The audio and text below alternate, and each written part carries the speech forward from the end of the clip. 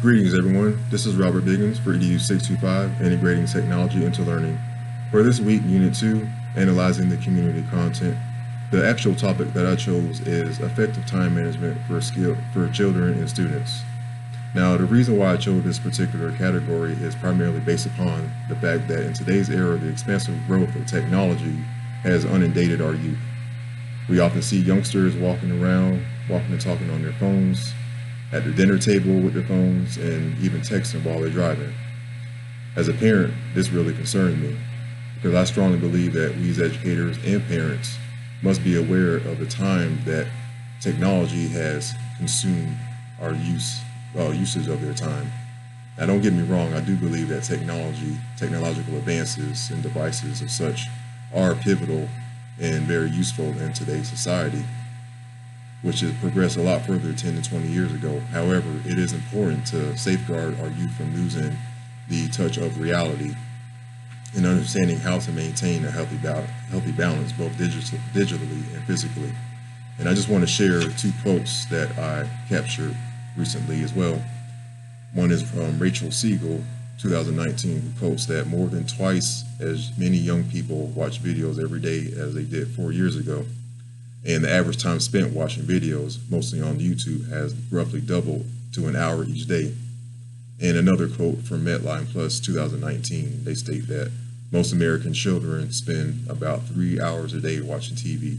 Added together, all types of screen time can total 5 to 7 hours a day. So with that being said, I want to transition on to the survey that I conducted for this week, Unit 2. But before I transition on to the actual survey, which I will provide on screen recorded, I just want to address that the target audience in which I captured and gathered my information in regards to the survey that was provided consisted of both parents and educators who are well vested within the education system with years of experience. Considering that the responses provided are not all of the same, the integrity from whom the information is collected from brings great value to the analytical process and framework to decipher and validate the responses received. And the platform tool that I utilized to develop the survey was from Google Forms, which itself is very effective and simplistic to use. The amount of questions was 8 total, which took approximately 5 to 10 minutes. Remember that we as educators, we don't want to burden our target audience with an excessive amount of questions, so just kept it simple and to the point. Overall, I'm well pleased with the process, so without further ado, I will transition on to the survey and we will go over it together. Okay, everyone, so as you can see with the survey, I have a total of 8 questions and a total of 10 respondents. Moving on to the first question. As a parent and or teacher, educator of youth within the educational environment, what are some of the first things that you observe and or believe that the majority of children and students do in lieu of getting ready for school? 70% selected snooze for an extra 15 minutes. 10% stated text and chat with their peers regarding anything that might be considered important. And 20% checking their social media account to see what's trending or popular. Moving down to the second question, during school hours, what would you consider the most time that children and students spend between breaks and lunches throughout the week? The responses were checking social media, taking selfies, socializing, texting, social apps, social media, sneaking to check social media accounts, talking and texting with friends, talking with their friends, spending time on the phones, playing games. Of course, a lot of time spent on their phones, texting within the digital environment. Third question, as an educator, teacher, and or parent, how often do you believe that children and students get distracted and or not pay full attention during class due to the possession of a personal electronic device? 30% stated once every 15 to 20 minutes. 30% once every 15 to 20 minutes. 10% once every 30 to 45 minutes. 10% in the elementary setting, personal devices are not permitted, which is understandable for certain schools in that regards. Another 10% distractions per student vary. However, on the average, they will state between every 20 to 30 minutes and 40% once every hour. So it's clear to see and it's quite obvious that distractions is very prevalent in regards to the association of electronic devices. Question number 4, in lieu of question number 3, do you believe that technological devices and social networking platforms deter children and students from constructing a balanced life within the spectrum of time management? Explain your thoughts. No, yes, yes, it's too easy for you to become distracted and not set specific goals with time limits. Time is not monitored. Others basically agreed. One here states that they watch their grandchildren walk consistently with their phones in their hands, obviously not paying attention, coming to the dinner table with cell phones, as I mentioned earlier, and playing games with them. Moving on to the next question. After school hours and during weekends, on average, how much time do you believe that children and students spend on technological devices? This includes laptops, video games, FaceTiming, movie, and music. Surprisingly, 50% believe 8 to 12 hours, 20% 13 hours or more, which is very staggering, and 30% 4 to 7 hours. Notice that there is no 1 to 3 hours. I guess if a child does spend that average 1 to 3 hours, consider yourself a lucky parent. Just kidding. Moving on to the next question. In correlation to the previous question, number 5, as a parent and educator, do you believe that your children, students, have a well-balanced schedule of time spent on electronic devices? If yes, please explain why. If no, please explain why and what adjustments could be implemented. The first respondent, I won't go through all of them for the sake of time, but the first respondent stated, no, due to the pandemics, normal routines are altered, so a lot of parents struggle to keep kids active. I can honestly attest to that because it is not as easy as we presume to keep children entertained and engaged while working from home as well, too, for those who do work at home. So basically, all of no, there is only one yes, surprisingly. Moving on to the next question.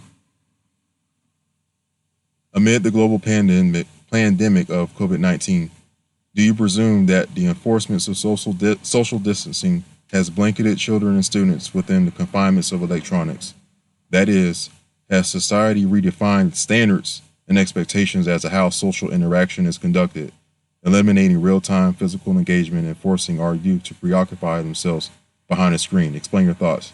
Now, I will honestly say that I kind of caught myself in this question regarding the fact that kids are not necessarily enforced or encouraged to spend time physical interaction due to social distancing. So I kind of caught myself in this question, but at the same time, I do realize that most children are not getting that outdoor environment exposure as they ought to, due to the fact that the conditioning, the mindset has been cultivated to stay indoors, to not be involved with any activities outside, etc.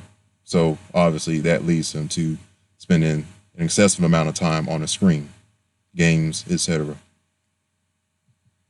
There was a mixed bag of answers here. Yes, with virtual platforms where you can play remotely and chat with friends, youths are getting more and more relaxed with real-time physical engagement. Another respondent stated, no, I believe those who are not hiding behind the screen had an opportunity to experience this. I believe this has allowed some of us to see how easy this trap can be and how it manifests a culture of face-to-face social scarcity. That is quite true. For the last question, how critical is it for students and children to understand the value of effective time management? Are children and students at a disadvantage or advantage considering the vast amount of technological tools and platforms readily accessible? Is time management a life skill that should be taught by parents and or teachers to help you sustain a well-balanced way of living? First respondent, it is very critical to value time management for a job or work perspective when kids grow up. It is an advantage if youth use the technological tools, i.e. calendars, reminders, clocks, notepads, on their phones and computers to aid in time management skills. Next respondent said yes. Moving on down the respondents' answers, I'll just read the last two. Time management is very important for students. Parents, teachers, counselors all play a valuable aspect in teaching student life skills. And lastly, we have been working on getting a schedule in place because I believe time management is important. I believe it should be a balance of both depending on home situation. It may be more difficult for some parents due to their careers. Overall, as I stated before, I'm pleased with the results and the process of collecting this information consisting of 8 questions in regards to the topic addressed earlier, effective time management for children and students. I hope you all found this very informative and valuable as well too. And let's transition back.